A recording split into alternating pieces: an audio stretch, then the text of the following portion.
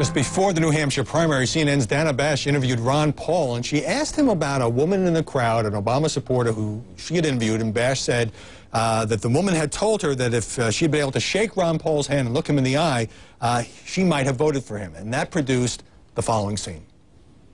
But now she's turned off because you do that. Does that say anything about your ability to... It says something about the media. This is junk. This is a junky question. We're stopping. This is junk. We're moving to the next one. These are junky questions. Yes. Because you, the media, did that to her. She should have been furious with you. Glynis McNichol, CNN didn't play that part about Jesse Benton, the campaign manager, saying these are junk questions. We got that off YouTube. I think it should have been played. But anything wrong with Dana Bash's question, asking the congressman if he's having trouble connecting to voters?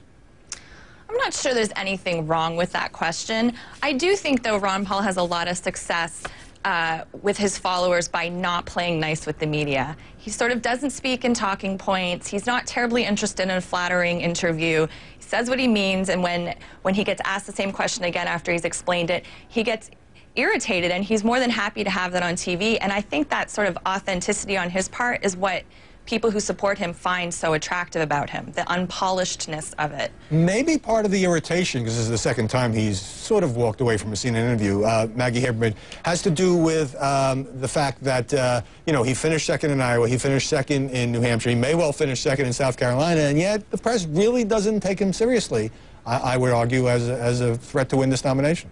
Yeah, I think that's right. I do think there is a legitimate frustration on the part of his campaign with the mainstream media, although I will say I think that a lot of people are taking him seriously now. There is a fairly wide recognition that he is the only one who's built up a campaign apparatus that's poised to come in second in delegates if it keeps going this way, which will make him a force to have to contend with for the GOP at the convention and for a while going forward. But I do think that what Glynis says is accurate. I think that this plays very well for his supporters. I think that it was a very effective thing the last time with CNN when he walked off, which was when he was asked about the racist newsletters that bore his name. He's disavowed them, says he didn't write them. I don't think that those were illegitimate questions. I don't think asking him about whether he connects with voters is illegitimate. Remember, Michelle Bachmann got asked if she was a flake by Chris Wallace at one point on Fox News Sunday. He apologized, but, you know, it was seen as an inbounds question at the time. I think Mitt Romney has gotten asked questions about flip-flops and connectivity as well. I think this is somewhat shtickish with Ron Paul. I do think he has a frustration with the mainstream media, but I think he's going to have to find something else to hang it on because I think the media is taking him seriously. I've just got time for a brief comment from you on the Ron Paul coverage. Malika Henderson.